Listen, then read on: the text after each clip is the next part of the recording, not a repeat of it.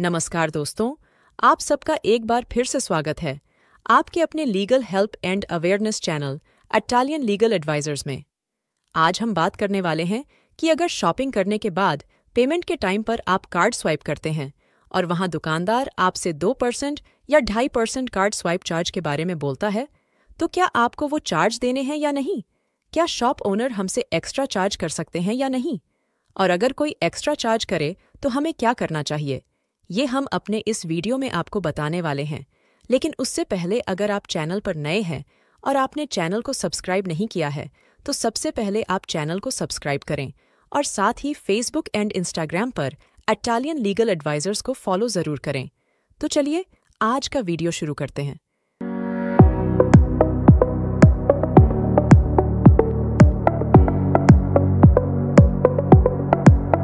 सबसे पहले तो हम ये जानते हैं कि कार्ड से पेमेंट करने पर दुकान वाले हमसे एक्स्ट्रा चार्ज क्यों मांगते हैं। दोस्तों, किसी भी शॉप पर जब POS point of sale machine को इंस्टॉल किया जाता है तो उसके ट्रांजैक्शंस को कार्ड से करने के लिए उस स्टोर ऑनर को कुछ % ट्रांजैक्शन चार्जेस देने होते हैं। उन चार्जेस को हम MDR यानी कि मर्चेंट डिस्काउंट रेट बोलते हैं। जब भी हम कार्ड से कोई ट्रांजैक्शन करते हैं तो बैंक उस ट्रांजैक्शन पर कुछ चार्ज लगता है और बाकी अमाउंट मर्चेंट के अकाउंट में सेटल हो जाती है। ये चार्ज अलग अलग कंपनीज जो कार्ड इशू करती है, जैसे कि वीसा, एमएक्स, मास्टर कार्ड वगैरह, उनके थ्रू किए गए ट्रांजैक्शंस की कन्वर्शन के लिए लगते हैं। अगर हम डेबिट कार्ड से ट्रांजैक्शन करते हैं तो बैंक डेबिट कार्ड पर 1 से 2% तक चार्ज डिडक्ट करता है, और वही अगर क्रेडिट कार्ड को स्वाइप करते हैं तो वहाँ बैंक 2% से लेकर 3.5% तक भी चार्ज डिडक्ट करता है। यहाँ ध्यान देने वाली बात यह है कि ये चार्ज मर्चेंट को पड़ते हैं, कस्टमर को नहीं। कस्टमर को केवल उतना ही बिल देना है जितने की उसने शॉपिंग की है। आइए इसको एग्जाम्पल से समझते हैं। मान लीजिए आपने किसी स्टोर से 10,000 रुपये का सामान खरीदा और जब बिलिंग पर गए और आपने कार्ड दिया पेमेंट करने के लिए तो कैशियर ने बोला, सर आपको 2% या 3% एक्स्ट्रा चार्ज देना होगा कार्ड से पेमेंट करने के लिए। यानी कि 10,000 की शॉपिंग करने के लिए आपने 200 रुपये एक्स्ट्रा दिए, वो भी सिर्फ कार्ड से पेमेंट करने के लिए। लेकिन क्या ये लीगल है? क्या शॉप ऑनर ऐसा कर सकते हैं?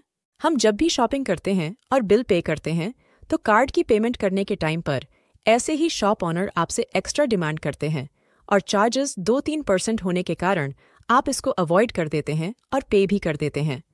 लेकिन आपको बता दें, ऐसा करना बिल्कुल गलत है, पूरी तरह से इल्लीगल है। कोई भी शॉप ऑनर कार्ड से पेमेंट करने पर आपसे एक्स्ट्रा अमाउंट चार्ज नहीं कर सकता है। लेकिन अगर कोई भी शॉप ऑनर चार्ज करते हैं तो आप उनकी कंप्लेंट बैंक को कर सकते हैं और इसके लिए मर्चेंट की POS मशीन भी टर्मिनेट हो सकती है। अब जानते हैं कि अगर कोई मर्चेंट एक्स्ट्रा चार्ज करता है तो आपको क्या करना है।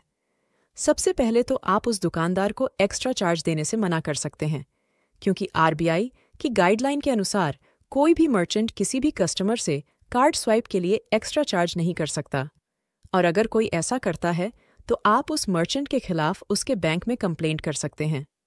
अगर बैंक में कंप्लेंट करने के बाद भी बैंक कोई एक्शन नहीं लेता है तो आप अपनी कंप्लेंट की कॉपी लेकर उस बैंक और मर्चेंट की कंप्लेंट RBI ऑम्बुड्समैन में कर सकते हैं, जहां RBI बैंक को एक्शन लेने के लिए बोल सकता है।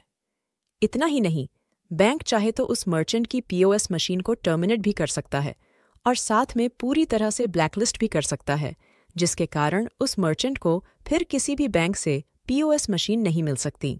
अब अगर आपको ये डर रहता है कि वो सामान कहीं और से नहीं मिलेगा और एक्स्ट्रा चार्ज के कारण आपको वो सामान छोड़ना पड़ेगा, तो उसके लिए आपको एक परफेक्ट सोल्यूशन बताते हैं।